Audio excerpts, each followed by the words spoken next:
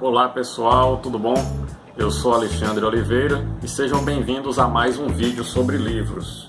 O livro de hoje é o 1889, do Laurentino Gomes. Aqui é o terceiro livro daquela série, daquela trilogia aí sobre a história do Brasil, né?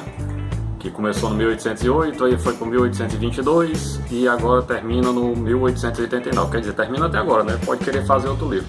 Que, aliás, depois do 1808 é que eu vim perceber que o pessoal meio que depois perdeu a criatividade para colocar título em livro, né? Eles colocam sempre agora o ano. O Laurentino Gomes. Eu sei que tiveram alguns livros aí. Eu lembro de ter visto alguns livros antes do 1808 que o título do livro era o ano. Mas depois do Laurentino aí começou agora só o que tem. Você vai na livraria, tem um monte de livro aí do 1968, eu vi um monte agora. Mas enfim, o livro 1889, ele vai falar sobre o golpe republicano. Ele vai falar sobre toda a conspiração e a articulação que levou ao golpe militar contra o regime monárquico. Aí, dos fatos interessantes, eu separei alguns aqui, porque senão eu vou fazer um vídeo de 2 horas só contando sobre a história do momento, e o mais interessante é que vocês leiam o livro, né? Mas que ele vai falar sobre a parte de Dom Pedro II, embora o foco maior do livro seja sobre a articulação republicana em si, né? Os bastidores que levaram ao golpe republicano.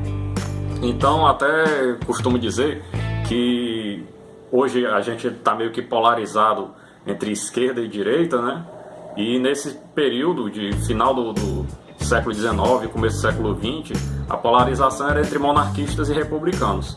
Então esse livro aqui, ele é mais republicano do que monarquista. Mas eu digo isso mais porque ele vai falar muito mais sobre os republicanos do que a monarquia em si, né? Mas ele deixa claro diversos pontos sobre, por exemplo, a personalidade do Dom Pedro II, por exemplo, que ele era uma pessoa muito querida, o povo brasileiro em si era monarquista. Os que se levantavam contra o sistema monárquico era o pessoal que queria ter alguns privilégios que o imperador não permitia. Porque no caso, o Império Brasileiro, como o próprio Laurentino Gomes falou depois em uma entrevista, né? Portugal era um reino, era um negócio conciso, embora tivesse diversas colônias, né? Mas era uma coisa homogênea. E o Brasil, ele já começou como um império, era o Império do Brasil, porque é algo que é um território que existe diversas características diferentes, diversas características regionais e que são concentradas num poder central. Diferente dos Estados Unidos, os Estados Unidos eles eram diversos estados independentes que se juntaram para formar um país. E o Brasil não, ele era um território vasto, com diversas culturas diferentes, com diversas diferenças regionais e que foram aglomerados em um poder central. Caso contrário, iria ter uma divisão e o Brasil hoje seria um monte de uruguaizinhos, de paraguaizinhos, um monte de países dentro do Brasil.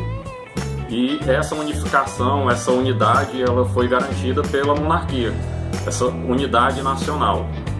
E um dos protestos que haviam no período monárquico era contra essa concentração de poder na mão do imperador. Essa centralização, não é nem questão da concentração, essa centralização de poder no poder central. Lembrando que o regime monárquico brasileiro ele era parlamentarista, então você tinha a figura do imperador, tinha o primeiro-ministro. O imperador era o chefe de Estado e o primeiro-ministro era o chefe de governo. Então quem fazia a gestão interna era o primeiro-ministro. E o Dom Pedro II ele sempre prezava pelo revezamento dos partidos, que no caso eram dois, era o Partido Republicano e o Partido Conservador. Republicano não, Partido Liberal e Partido Conservador. E ele sempre tentava promover o revezamento desses dois partidos para que conseguisse manter ali o negócio mais tranquilo e mais estável possível. No caso, o Dom Pedro II, ele governou por 49 anos, né? Fora ele, no século XIX, só a Rainha Vitória, que governou por mais tempo, né? A Rainha Vitória da Inglaterra, ela governou por 63 anos, 7 meses e 2 dias. E o Dom Pedro II foi por 49 anos, 3 meses e 6 dias. Outra característica também da família real é que existia uma dotação orçamentária que era destinada para a família real, que é o que a gente costuma querer dizer hoje. Se tivesse uma monarquia, eu não queria monarquia porque eu não vou ficar sustentando uma família real. Pois é, a família real na época, ela recebia 800 contos por ano. E esse valor, durante todo o governo do Dom Pedro II, 49 anos, ficou inalterado. Então, ou seja, quando ele começou a receber o dinheiro, que não era somente para ele, era para toda a família real, Princesa Isabel, todo mundo, isso representava 3% das despesas do governo central. 3% das despesas do governo central. Ao final do governo já, esse valor tinha sido corroído pela inflação. Então esse valor de 800 contos representava 0,5%. E era questão do Dom Pedro II, ele não queria que aumentasse esse valor. Ele dizia que era desnecessário, que qualquer coisa cortava os luxos. Cara, é impressionante essas coisas. E fora isso, o Dom Pedro II, ele ainda pediu para que fosse descontado, na época da Guerra do Paraguai, 25% dessa dotação para fazer parte da contribuição do esforço de guerra. Dentro também desse sua dotação orçamentária, ele dava bolsas também, ele dava bolsas de estudo para estudantes que fossem considerados como prodígios, e principalmente os que eram mais pobres, que não tinham recurso para poder estudar. Isso era tanto para o ensino dentro do país, quanto para o ensino no exterior. No total foram 151 bolsas que ele deu, e 41 foram no exterior. Dentre essas bolsas no exterior, uma foi a do Pedro Américo, que fez aquele famoso quadro da independência do Brasil, né, aquele quadro do Grito do Ipiranga. E outra foi para Maria Augusta Generosa Estrela, que foi a primeira médica formada aqui, a primeira médica brasileira, né, formada. Só que o caso peculiar dela, o pai dela tinha dinheiro, e aqui no Brasil era proibido a mulher fazer curso superior. Então ele mandou a filha dele estudar em Nova York. E lá, durante o curso dela, o pai dela perdeu tudo, ficou pobre, e o Dom Pedro II foi e bancou, continuou pagando os estudos dela. E por conta desse exemplo do Dom Pedro II estar pagando os estudos de uma mulher, começou o debate sobre essa questão da proibição da mulher fazer curso superior no Brasil. E por conta disso tudo, abriu-se aqui no Brasil para que as mulheres também pudessem fazer o curso superior. Então nem precisou nenhum outro movimento oportunista para se fazer nada. Dom Pedro II fazia essas coisas no exemplo. Então, se fosse querer pegar o pé da letra, então o FIES, o ProUni e o Ciência Sem Fronteiras, quem começou foi o Dom Pedro II. Pois bem, houveram quando a gente vai ver nos livros didáticos, tem algumas referências que se falam que foram os motivos que causaram a queda da monarquia, né? Como a questão religiosa, a abolição da escravidão e a questão militar. Desses pontos aí, eu posso considerar como os mais importantes a questão militar, principalmente, e a abolição da escravidão. A questão religiosa é tão pouco influente, eu não sei nem porque o pessoal colocou isso nos livros didáticos, é realmente só para encher linguiça.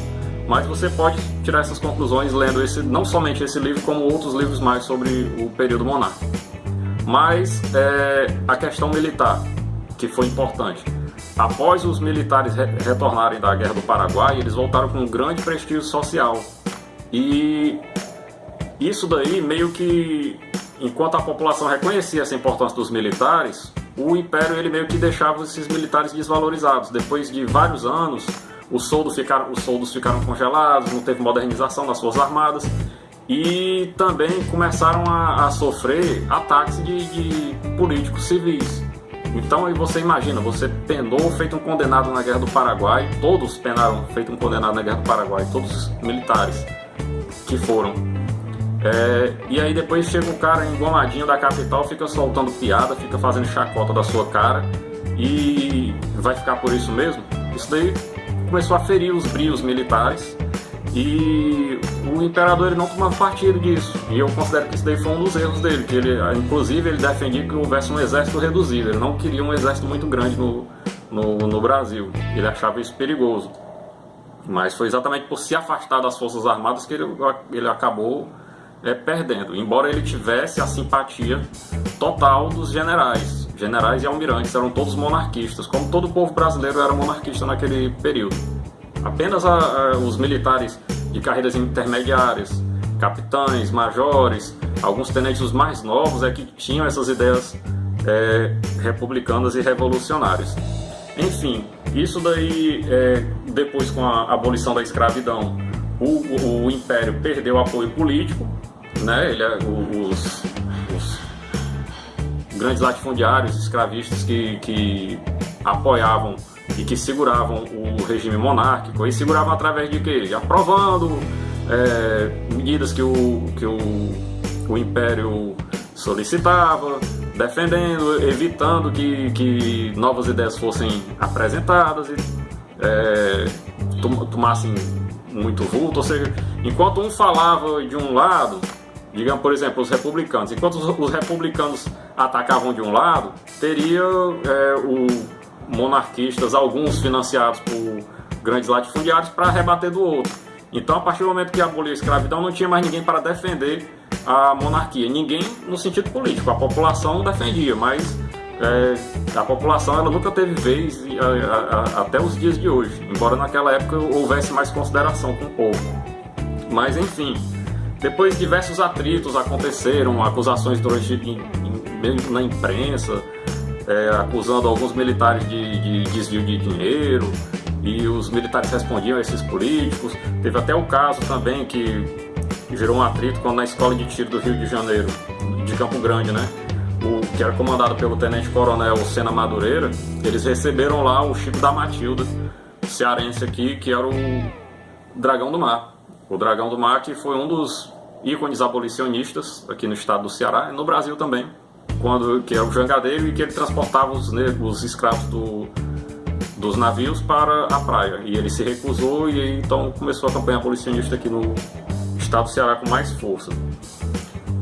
Ao final das contas, o objetivo daquele desfile militar, aquele fatídico desfile militar dia 15 de novembro de 89, não foi derrubar a monarquia, mas sim trocar o governo, ou melhor, trocar o ministério, porque até então também o ministro ele não tomava decisões a favor dos militares, sempre eram prejudiciais aos militares.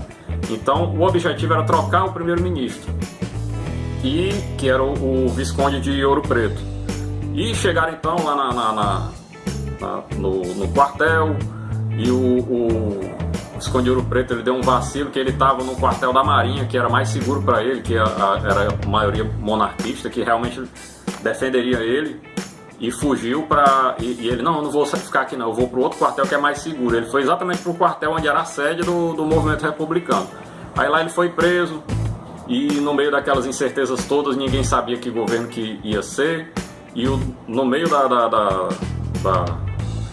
passeata toda lá ainda, depois da prisão do Visconde de Ouro Preto, o próprio Marechal Deodoro da Fonseca ainda deu vivo ao imperador, mostrando que realmente não era para trocar o regime, não era para trocar a monarquia pela república, mas sim a trocar o ministro.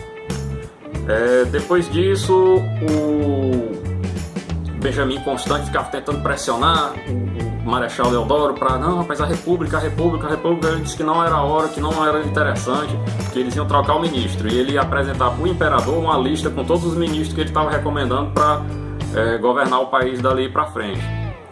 Mas não chegou nem a ser entregue isso, porque aí teve uma outra pisada na bola do imperador, que segundo ele não sabia, que então o Visconde de Ouro Preto, o ministro, ele estava preso no quartel, e o Dom Pedro II falou, rapaz, chama o Ouro Preto, que eu quero falar com ele pra gente decidir aqui o ministério. Aí o pessoal, mas imperador, ele tá preso. Ele, não, mas chame ele, rapaz, chame ele que eu sei que eu tô chamando. Aí ele, não, mas ele tá preso, o Deodoro mandou prender. Chame ele, rapaz, diga pro Deodoro que eu tô chamando. Aí pronto, aí o Visconde de Ouro Preto foi lá no palácio, e o imperador então decidiu nomear é o Gaspar Silveira Martins, que era um gaúcho e que era rival do Marechal Deodoro da Fonseca. Então foi somente por conta disso que mal o imperador citou o nome dele, já foi alguém dar o toque pro Deodoro da Fonseca. Aí o Deodoro da Fonseca, o quê? Ele? Negativo. Ou então pode avisar o pessoal que a República está proclamada. Você manda um recado aí que a República está proclamada. E qual era a rivalidade dele? Dentre outras, era porque o Gaspar Silveira tinha conseguido ficar com uma mulher que o Marechal Deodoro queria e não conseguiu. Aí, por conta da mulher, o cara pegou e foi e deu essa rasteira na monarquia. E o livro também depois vem contar sobre o que aconteceu depois dessa declaração, onde se instaurou um período de ditadura. O Deodoro da Fonseca não completou seu mandato, ele renunciou, entrou Floriano Peixoto, que o Marechal de Ferro instaurou uma ditadura republicana, dentre várias ditaduras que aconteceram aqui no Brasil durante todo esse período. Com uma curiosidade a mais, existem várias, na verdade você tem que ler, tem que estudar, tem que aprender um monte de coisa para você não ficar na mão do pessoal que fica contando a história que quer. Mas esse governo foi instaurado após o fim eles derrubarem a monarquia, foi instaurado um governo provisório. E o objetivo desse governo provisório era, das objetivos desse governo provisório era logo em seguida promover um plebiscito para que a população escolhesse qual era o regime de governo que queria. Como eles estavam com medo da popularidade da monarquia, então eles adiaram esse plebiscito. E esse plebiscito foi realizado, sabe quando? Em 1993. Então, todo esse governo aqui no Brasil, de 1889 até 1993, foi todo provisório. Toda praticamente parcela da história do Brasil foi um governo provisório. E é isso daí. Como é que você vai querer voltar um negócio mais de 100 anos depois, quando ninguém mais aqui tinha contato com o sistema monárquico? E que, mesmo assim, o Dom Pedro II ele não quis contrapor aos golpistas republicanos, porque ele não queria causar uma guerra civil. Mas mesmo assim acabaram acontecendo alguns conflitos, com a revolta da Armada e outros conflitos mais pontuais também, tentando restaurar a monarquia. Mas aí estamos na situação que estamos hoje. Em vez de um plano de nação que existia na época do Brasil Império, agora temos aí o pessoal com planos de governo tentando sempre pensar na próxima reeleição em vez de pensar no Brasil de uma forma geral. Então é isso aí, pessoal. Leiam este livro. A escrita dele é boa demais, como eu falei nos outros livros. Ele conta de uma forma muito acessível, muito boa a linguagem, bem direto e com bastante detalhe. Então isso daí com bastante detalhe relevante, né? Porque tem alguns livros que detalham tantas coisas que o negócio fica chato de você ler. Esse daqui, todos os 3 livros do Laurentino Gomes são excelentes e todo mundo tem que ler, no mínimo, esses 3 livros para poder conhecer alguma coisa sobre a história do Brasil, no mínimo, certo? Então é isso daí, pessoal. Deixem aí o seu gostei se você gostou, se inscrevam no canal e até o próximo vídeo. Valeu!